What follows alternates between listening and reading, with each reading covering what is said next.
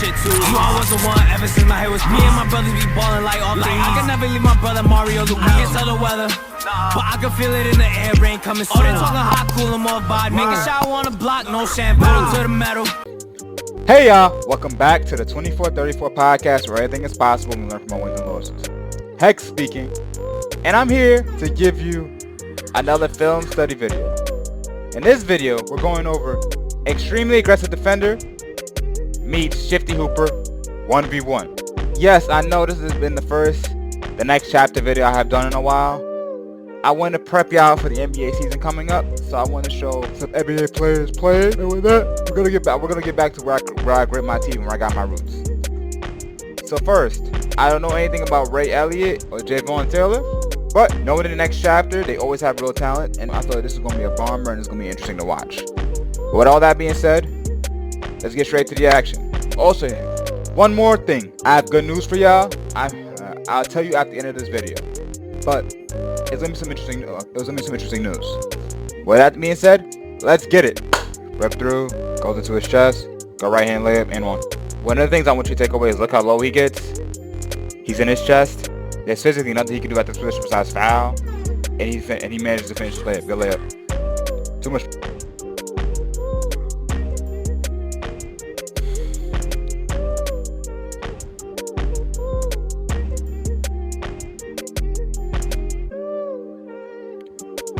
That's a great hezzy. This is the Ronaldo Segu hezzy, excuse me. Right. Cross, hangs, puts the ball behind his back, puts the hand behind the ball, pushes it forward. Good lay. This is a tough move. So spins, right, pump fakes, gets him to bite. Now he opens up. He gets him to commit to one side, he opens up, finishes with right hand, his left hand. Overstep, retreat step, hang, set his feet. So one thing I like about the mid-ranges, those are the rhythm finders. If you are struggling to hit shots consistently, I recommend you taking more mid-range jumpers, because the mid-range jump shot, as a shooter, it helps you find the rhythm for your shots, especially in longer game, and especially when you cannot get all the way to the rim and you cannot shoot easy threes. It makes everything a lot easier for you. So master your mid-range jumper. Now, one thing I like about this layup, he has a soft touch. He has a soft touch off the glass with his left hand. Good take. Oversteps, rips through, takes 1 pound, dribbles, attacks. That's a great right hand. Now, okay, primarily, all of his buckets on him, all the buckets that he scored in this game are relying on. Okay. He has a problem. Oh yeah, he has a problem.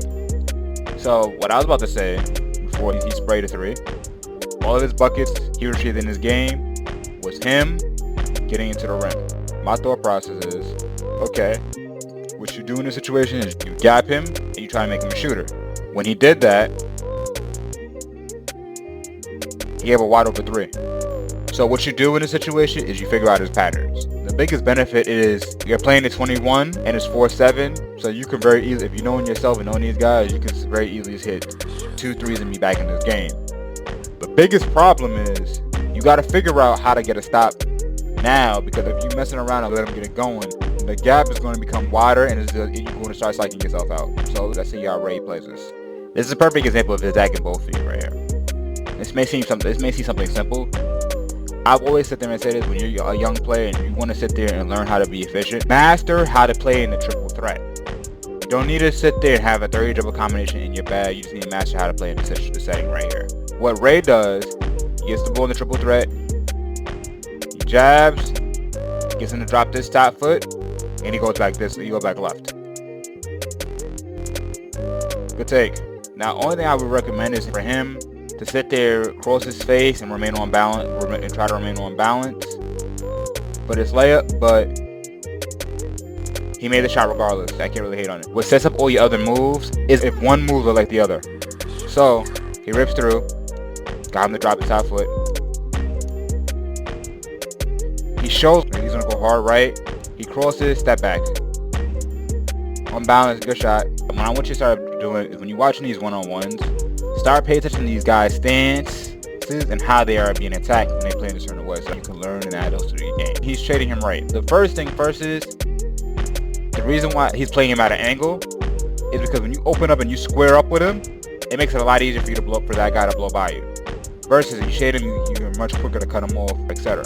First, goes over, so he forces him to drop. He doesn't open up. Hang, hesitates, goes. Step backs. He's there for that. He drops the ball, does a step back. Now that's a tough shot. Lesson number 1 about doing a step back going to your right hand. The first thing is, as a right-handed shooter, doing a step back going to your right hand is suboptimal if you do not know how to set your feet. So what you have to do when you're shooting a step back going to your right hand, you got to set up, you got to be squared, and you have to align your hip in the air. How he does this is a pure amazing, because this is a really difficult shot, but a shot that you would live as a defender. He sets his feet, gets unbalanced. Look at how he aligns his hip, his elbow, and his wrist into the air to the rim. Good shot, bro. Can't hate on that. Nah, he just do that. Goes into his chest, steps. That's just good rotation. And do a breakdown on that. Gets into his body. I'm explaining this like this. I cannot get mad about the layup that he made, but I can get mad about this. If you're giving up, even though this guy could go left too, makes it a little bit different to cut the hard off on this. These guys are all pros. So if you give them straight line drives to the rim, they may get lucky and make a layup. But so he gets him beat, he swipes him off, he gets into his body. This one, you gotta have to live with it, because I'm pretty sure right in this situation right here, Javon got 2 hands on the ball, goes into his body, his momentum's carrying this way, good layup, shoulder, right swing, shoulder off fake, got him the jump, goes into his chest. Good extension finish, good soft touch. Now I'm gonna explain something to you. When you have him stacked like this, as a defender, you're done. Ray could either sit there, cross his face fish with his left hand. He can sit there, blow right by him, go to his right hand. He can sit here, do a step back this way, or he can sit there, and pull back. There's nothing he can do. There's nothing he can do to get a stop in this position. And whether or not he scored this or not, it depends on if he misses a shot. As I always say, use your up fakes. Use your triple threats, use your footwork. Because a lot of times, they're there to make your game a lot easier. This is a great shot. Jabs, hand in the jar. Just because his hand is there doesn't mean the shot's contested. Because remember something, it's not about where your hand is located. It's about shot pockets. He can bring it up this way before his hit can get to this shot, so he's able to shoot this shot relatively easy. Good shot. Ray got complete control of this game, while Javon is not that far behind. The biggest thing is out where if I'm Javon, you try to get a stop, and you try to keep the ball out of Ray's hands as long as possible, because one of the biggest ways I've learned, when the ball is not in your hands a lot, it's very difficult to get a rhythm. That's 1. 2, figure out what you're okay with giving up. Even though he's capable of finishing with both hands around the rim, as we've seen it, stick, he's a shade him left, force him left. If he beats by taking 8 left-handed layups in a row, you kind of have to shake his hand at that point, but you don't want to give up anything else. 3, you cannot give up the 3 ball. In one-on-ones, the 3 ball, especially in 1s and 2s, is the great equalizer. Because if you know what you're doing, you can sit there and take over the game if you're hitting. But also, you can shoot yourself into a slump if you're losing. It's a give and take. I suggest for Javon, take away the 3, but respect the drive. And figure out what happens from there. But hey, let's get back to the action. Alright, now you got the ball. You gotta keep the ball out of his hands.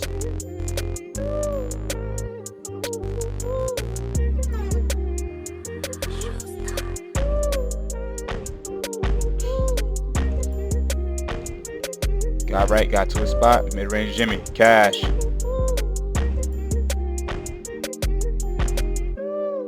That's a great pump fake. Pump fakes are a good one of the moves, in which it's all about selling them and making them look like you're actually about to shoot it. Get to the ball, watch.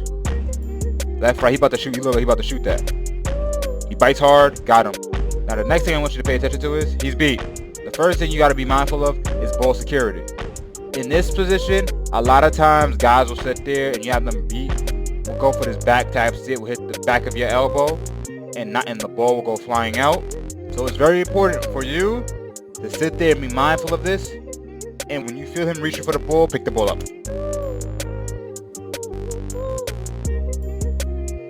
Good luck. He just got to lay it. He's in rhythm. Bounce out, hang. That's it. Hot. Bounce out. He's playing him right, so he gets it from this right at the side step, going to his right. He's on balance. He lets it fly. This is a great contest. But as I always say, if he's open going into his shot, this doesn't matter. Good shot. Go and sleep it. Now he has a burner. I'm not gonna hold you. So this position right here, you've been in it. I can't really sit there and say much because you're in a jam. Yeah, hand down, man down. The problem is, if you were to make the adjustment, which is to play him up a little bit closer than this, he's getting blown by for a layup. So you've been no man's land. When that starts to happen, It's RIP. Basketball is a game of give and take. And as an offensive player, if you understand what the defense is giving up, you take what they're giving up. He's letting him shoot the ball this whole entire game because he doesn't want to give up layups. He's burning him from 3. GG's. That move was tough. Bounce out, hang, gets to go into a shot. As a basketball player, the better and better you can get is the more and more you keep your game simple. Simplicity is key. If you watch a lot of these one-on-ones, these guys aren't really doing too much. It's simple reads. Bounce out, hang, read.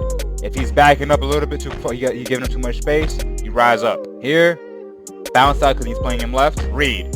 He didn't move, so he knows you got the shot right here.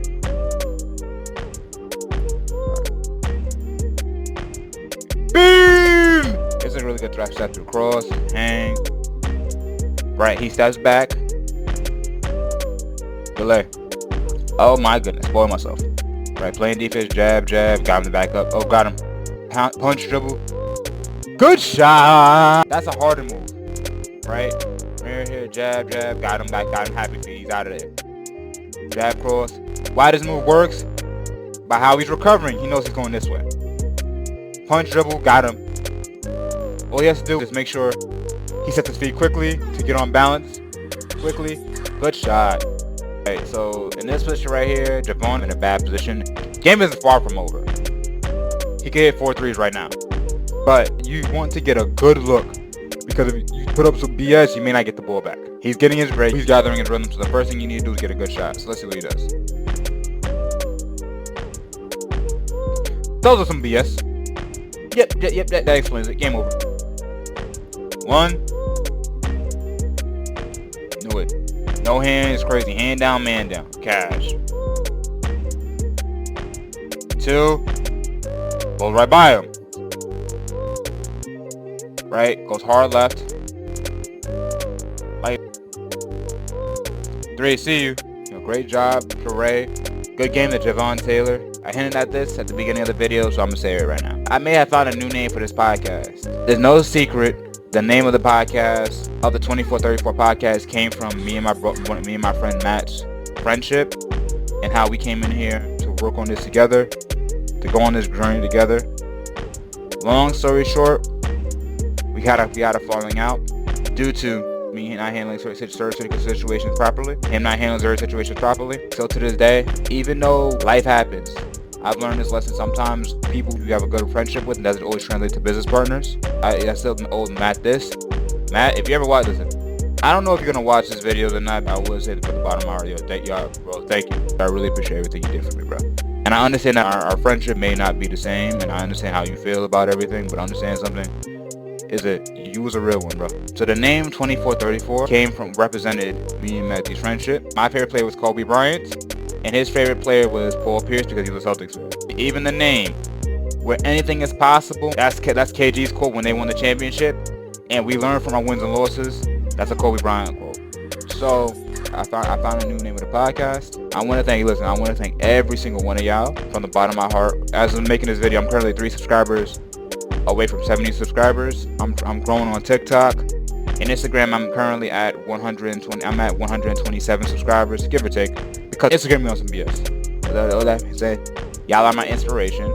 Y'all are what drive me to continue every single day.